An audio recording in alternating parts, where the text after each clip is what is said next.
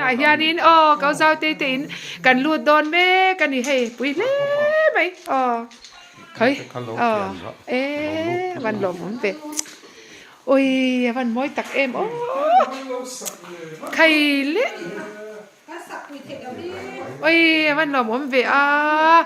khay lé xí linh tết chú lé lalpa mal som na văn nuam tặc em hey Pardarong tercu moy boxya hey tu na yanin khay te chu inan van nei nuam ngai vele chuan in chunga hian room velin da ti na oi nok lo re moy se in eng phak mai sia van lom tak ceiling te chu van design sial ve mama te ti mo anh phải theo vì hết tiền nán lâu thọc chín đi mò vẫn mối về sitting room lai hẳn tị đàn về tết chú khay vẫn mối ngay về anh tự in giao liền hết sự lâu nằm từ rồi khay mối lé mấy khay Reverend PC là ngạc liền na kan udu tak te in lalpa mal som na zara hetiang in nuam tak mai in chung moi tak mai an nei hi van lo em thang lam hi balcony po om tha khay zanan ya alak thei lu lo pon lampang chu in chung hi kan la kwa lang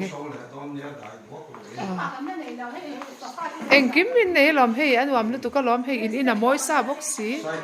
ôi step in chung chậu nó tụi step anh làm đón mà nghe, chung là mà khi anh in tụi nghe ông má in chung là mà, room thu mà ông má, sitting room ông bốc à, khai lại khai room nghe, khai lại khai room anh thấy bốc à, chọn hay room anh bốc à, chọn hay là mi tu room nghe, hay là mi bò. Ôi ha, mình làm đâu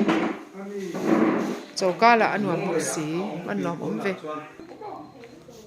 pon lắm bằng khi cái lũ đòn khăn cái là mình lo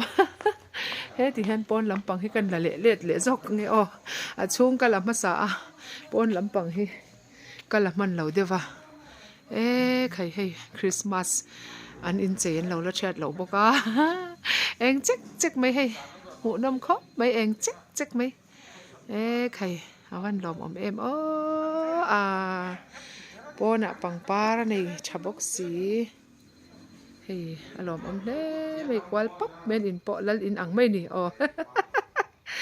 lal in ang mai ni hetianga kan u te in nuam tak khan mu chu van nuam em pangpar te la chu saron hi rong chi sang ani ngei ka ringa tin Christmas par ang chi te po rong chi sang anei bokani nuam le mấy hay con bụi thì hắn con cầm mấy đi bốc xì nuam le mấy baptist biak in so lại so na ma fal kon baptist biak in bul mấy hianin an lawin kul ve ani lom ome